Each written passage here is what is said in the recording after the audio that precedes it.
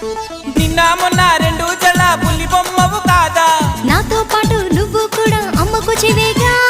బయట వేసి వేయంగానే వయ్యారం ఎందుకే భామ కొంటి చూపులు ఎక్కువాయి విసమొచ్చినందుక నడుము చిక్కెనే నడక మారెనే ఇంత లోపల ఏమి జరిగనే మొదటిసారిగా ఆడపిల్లను చూసినట్టుగా మైకం నీకు తమలపాకు మమ్మల్ని సొక్కు